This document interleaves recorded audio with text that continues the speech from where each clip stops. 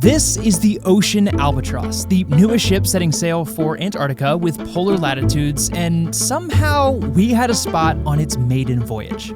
So come with us on the craziest adventure of our lives as we show you everything you need to know about an Antarctic expedition, from how you even get to Antarctica, a full tour of this state-of-the-art ship, including our beautiful cabin, and what it's like to set sail for the bottom of the world. Then next week, we'll cross the infamous Drake Passage and find out whether the long journey to our 7th continent was actually worth it. This has been at the top of our bucket list for years, so if it's on yours as well, this series will show you everything you need to know to start planning your own adventure to Antarctica.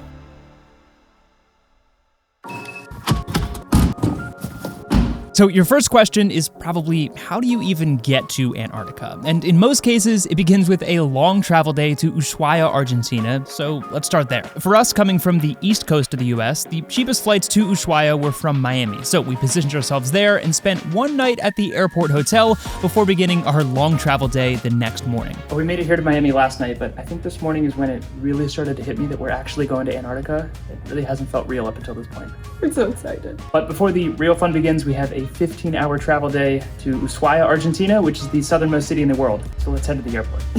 There's a few different options to get to Ushuaia, but most itineraries, including our own, connect through Buenos Aires, Argentina, with our round-trip flights on Aerolíneas Argentinas costing just over $2,000 for both of our tickets. Well, 15 hours after leaving Miami, welcome to Ushuaia. Definitely a long travel day, which is to be expected considering where we're going. But yeah, nothing better than just getting off the plane and someone's waiting for you with a sign. They took our bags, brought us to the van, they're gonna take us to the hotel. I love a good airport pickup, let me tell you. All right, off to the hotel. Since it's quite a travel day to get to Ushuaia, most Antarctica itineraries include a buffer before embarkation in case of any delays. So we were transferred to the Las Hayas Hotel for one night, all of which was included in our booking, but finally, after a good night's rest, the day we have waited years for had finally arrived. I'm pretty sure I woke up with a smile and I haven't stopped smiling since. I have not felt like this since I was like a 10-year-old on Christmas morning. Erin, how are you feeling? I'm so excited. She's on.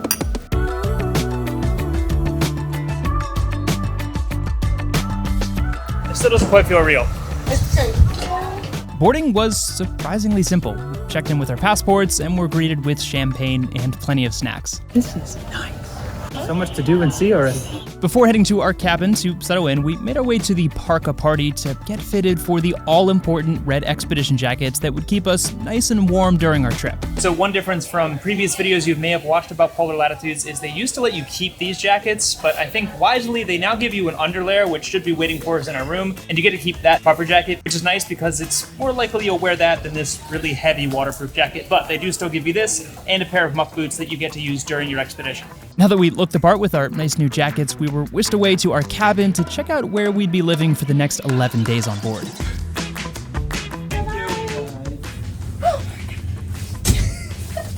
We are officially on board the Ocean Albatros. Oh my goodness, I'm so excited. Literally everyone has been so nice. Also, this is a brand new ship for Polar Latitudes, and this boat is gorgeous. I think it was built in 2023, but it just became part of the Polar Latitudes fleet, so don't worry, we'll give you a proper room tour and a proper boat tour throughout the series. These are the jackets that I was talking about upstairs, and this is the one that they let you keep now. Wow, oh, that's warm. I will definitely wear this when I get home. Not sure if I would wear the heavy red coat. So, base layer, that goes over top. Now I look the part. I'm so excited. People below us are gonna love you. All right, welcome to our floating home for the next 2 weeks. So I figured while we're still in the safety of the Beagle Channel, before we get out to the Drake Passage, I would show you around while we're not rocking back and forth. So like I said, initial impressions, this ship is beautiful. Even from the outside, it looks like it can just handle Antarctica, but then on the inside, it's clean and modern and beautiful and new. So we're feeling very good so far. So starting at the back of the room towards the balcony, which we'll show you in a second, we've got this nice big living area with a nice couch that we can relax on. And then over here, we've got a nice desk and a working area, lots of storage over here. We've got our Polar Latitudes branded water bottles, which I'm sure we'll be using quite a bit. Love a good freebie. Then working our way over here, we have the whole entertainment section. So nice big TV, lots of storage, which I'm sure we'll put to use momentarily. And then we have this big, beautiful comfy bed, which is gonna be so nice to come back to after a long day out in the Antarctic cold. Also, can we just talk about this artwork? Like, this is gorgeous. It's all over the ship, these beautiful, like, glass printed pieces of art. Hopefully these are some of the animals that we might see over the next few weeks. And then working our way towards the back, we have our nice big closet, which I'm sure we will fill with our clothing momentarily. And then perhaps the thing that I was most surprised by, this giant bathroom. Like, look at this. Maybe it's because we were just in a van in New Zealand that this looks so big, but I think this is the biggest bathroom we've ever had on a cruise ship. So full vanity, toilet, giant shower, pretty much everything you could possibly ask for. We've got these giant hooks to hang all of our heavy jackets and things so that as soon as they say, hey, we're gonna go do something, we can just quickly get dressed and head out into the cold. So later in this first video, we're gonna give you a full tour of the entire ship, but initial impressions on the room, I think it's gonna be a pretty comfortable 2 weeks. Before we check out the rest of this incredible ship, we had a quick briefing on what to expect from our Drake Passage crossing. More on that in a minute. But then we all headed out on deck to say goodbye to Ushuaia and officially set sail for Antarctica.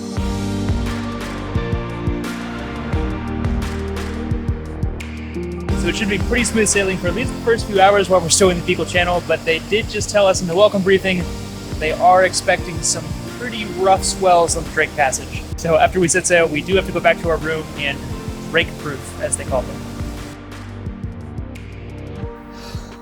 I cannot believe this is happening.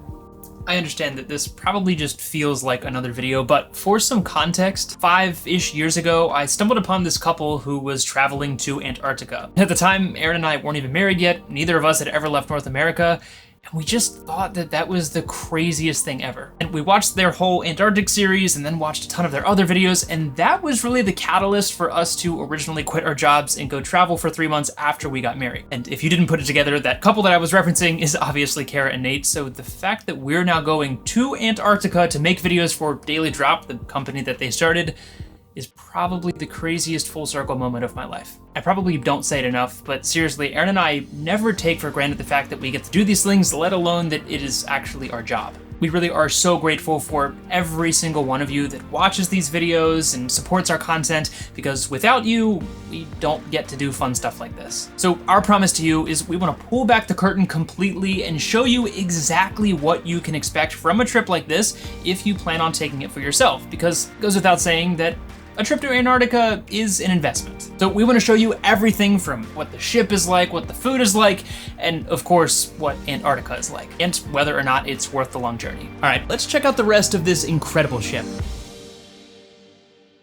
So unlike a lot of Antarctic vessels that are mostly converted ferry boats, the Ocean Albatros is one of very few purpose-built expedition ships. And it shows in everything from the unique X-bow design that helps keep the boat more stable in rough seas, down to the little details in each cabin, like soft-close cabinets and padded storage areas that make the whole experience a lot more comfortable. There's 7 main decks that we'll explore on this relatively small ship that at most holds about 175 passengers. But as you're about to see, there's a few decks where you'll spend most of your time on board. Starting downstairs, the back of Deck 3 has the all-important mudroom, where you'll have your own locker to gear up before boarding the Zodiacs each day, and just behind that is the marina, where the kayaks are stored, and that's also where we did the polar plunge from, but we'll get to that in next week's video. Our cabin and most of the balcony cabins are found on Deck 4, but Deck 5 is where you'll be spending a lot of your time on board. At the front of Deck 5 is the lecture room, where you'll have your daily recaps and briefings, along with talks, mostly during sea days, covering a wide range of topics from wildlife you can expect to see to photography lessons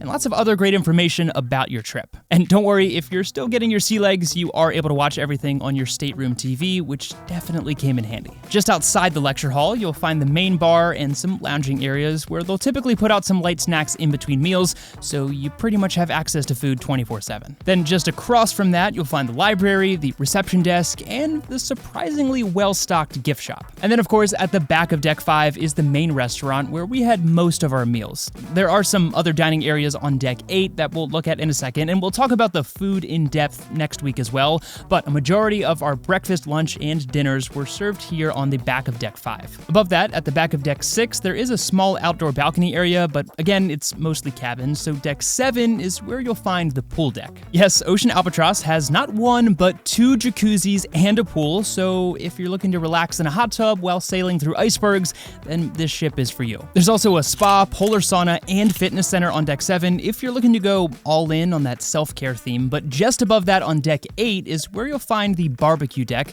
where they serve some fun outdoor meals throughout our expedition. Deck 8 also had the smaller specialty restaurant, but lastly, at the front of Deck 8 is the observation lounge, which is a nice quiet place to hide out and look for wildlife. Again, not a huge ship compared to the giant cruise liners you may have been on in the past, but that's very intentional since boats with more than 500 passengers can't make landings in Antarctica at all, and only 100 visitors can go ashore at any single time, so the fewer passengers on board, the more time you get to spend on the continent. And as someone who personally researched just about every expedition ship when planning this trip, I feel like Ocean Albatros strikes the perfect balance between the rugged expedition capabilities while still having those luxurious touches that make the whole experience really premium.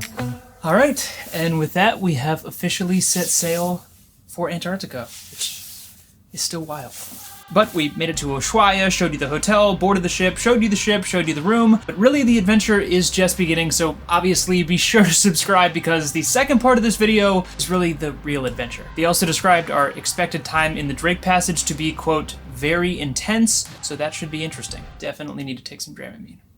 So make sure you join us next week when we'll cross the Drake Passage, visit a research base that hasn't had guests in over 6 years, camp overnight outside without a tent, brave the polar plunge, and so much more to see if Antarctica can really live up to the hype. And if you're already feeling inspired to book your own adventure, then use code DailyDrop or just tell them that we sent you to get $1,000 off your own trip with Polar Latitudes. But with that, I'm gonna go take some Dramamine and we'll see you next week in Antarctica.